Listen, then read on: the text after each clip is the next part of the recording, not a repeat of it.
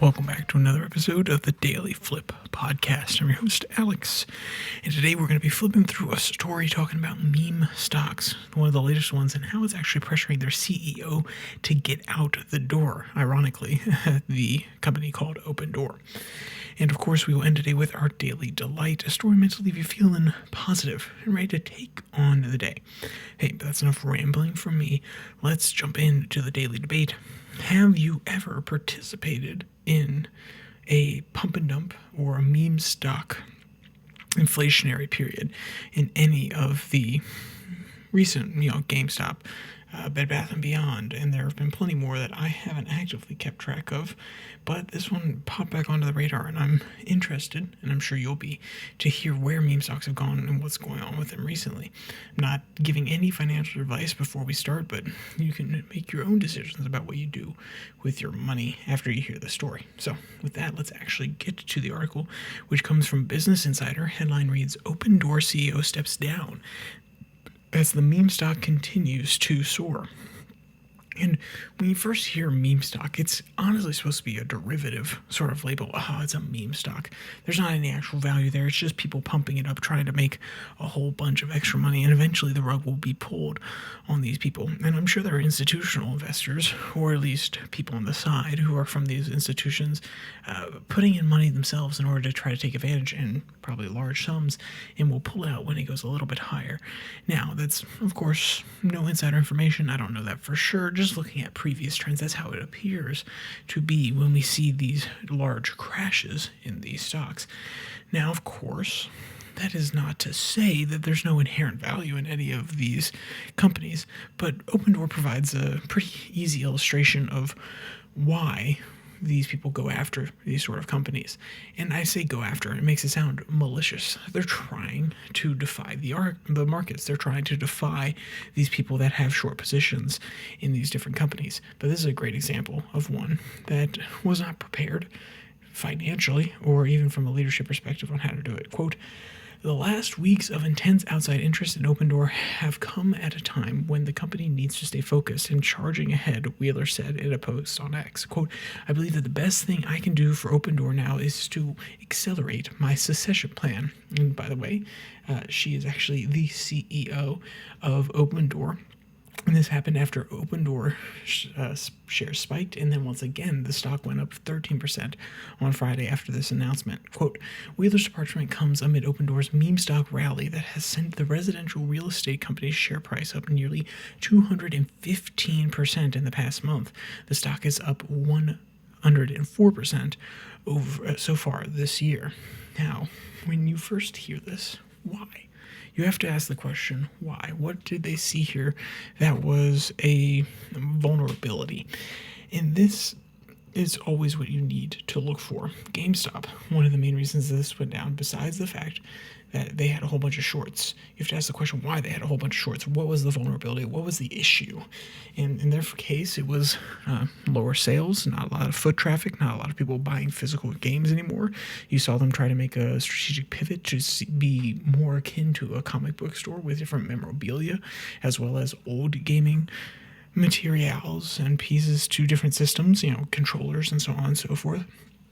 And even then, they weren't able to pick up and recapture the special nature that GameStop was. And anybody who grew up with GameStop knows how fun it was to go in there and to be there during some of the late nights when they were doing different game releases. Well, in this case, they came after Opendoor, much like GameStop, because there was vulnerability, and it happened to be this. I'm going to provide a large bit of context here from the middle of the article. Quote, a sharp uptick ensued, with the stock rising 26% in Wednesday's session. Wheeler joined Opendoor as CEO in 2022 and helped turn the company around. Quote, we went from $1 billion in losses when I took over, this is Wheeler talking, by the way, quote, to announcing our first quarter of positive EBITDA in 3 years this past quarter, she said on her social media posting announcing her departure. quote, "We've got a CEO who has never done interviews, sells stock constantly, and never buys," he said in an interview earlier this month, adding that he'd be open to joining Opendoor's board. Opendoor is an institutional home buyer, or iBuyer. It purchases home in cash and makes the needed repairs and resells them. So that's another reason that you can possibly see a little bit of vulnerability. The market hasn't necessarily topped out, but a lot of people with high interest rates are not willing to go and buy, and we're starting to see a little bit of depression and when I say depression, I mean actual forces pressing down on the market that are kind of sending down housing prices because of the lack of demand. And of course, when this happens to a resident home buyer who constantly needs more income in order to buy more houses to repair them, I'm not saying their structure was pyramid scheming in nature, but it's almost impossible to deny. If you can't get your current inventory off the shelves, you can't even buy more valuable homes. You can't adjust where you're buying your next segment of homes and then actually adjust to market demands. So you can see why this was very memeable. And then on top of that, the fact that they were actually starting to restructure a little bit, that they were starting to turn things around. And then don't forget the fact that you have institutional ventures, venture capitalists, calling out the CEO saying, hey, she may have done this fantastic job actually turning around the value of the company, but she is also not good for the company. She's constantly underselling. She's selling away shares. She's trying to make the money while the money is good. I think it's an interesting case study of how the meme stock can be used to pressure bad people out of companies, though I don't necessarily think that was the intent of every single person, though. Some venture capitalists and some firms, at least one person, Jackson in this case, as underlined as such, he has made that sort of claim. Now, why is this important at all, besides the fact that it's an interesting case of meme stocks? Because it elucidates an underlying flaw in our system. And I say that not in the sense that, these people are able to take advantage and they're able to come together outside of the commonplace of the market and they're making decisions. That's not actually the flaw. The flaw is that the system itself, the stock system, is not actually accountable. And when I say that, that's not to say that any institutional investor comes in and they say, hey, we're just going to throw money at this for no apparent reason. We don't see any value whatsoever, so we're not going to care. We're just going to throw money at it. That's not what I'm getting at.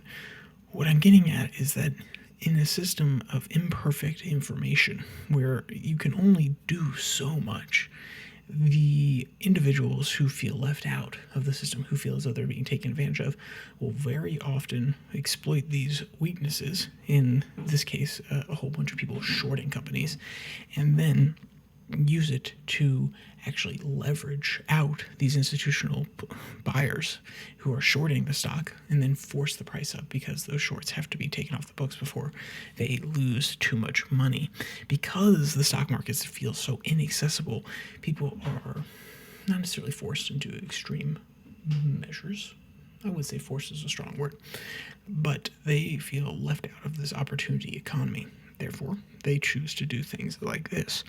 I think that there are tools nowadays that aren't brokerages that charge micro fees, Robinhood, Public, all this. This is the movement that has, one, empowered this, but also will remedy this, because every single person can feel invested in the stock market. Every single person can feel invested in these large stake games that these corporations play, putting money out there, putting shares out there. And it will be fascinating to see what the next evolution of this is. If the current small brokerages become the next big brokerages, or they continue on this path and they continue with the democratization of investing. So that's an interesting little point here at the end. I'm surprised that the meme stocks are still going on, mainly because I had stopped tapping into it. I had stopped paying attention to the same degree that I did at one point. And it's always fun to come back and hear about these sort of stories. So with that, let's actually jump into our daily delight. This one comes from I Can Has Cheeseburger, ? And the headline reads, 22 hysterical memes of cats versus elusive red dots, improving paws, can't catch everything.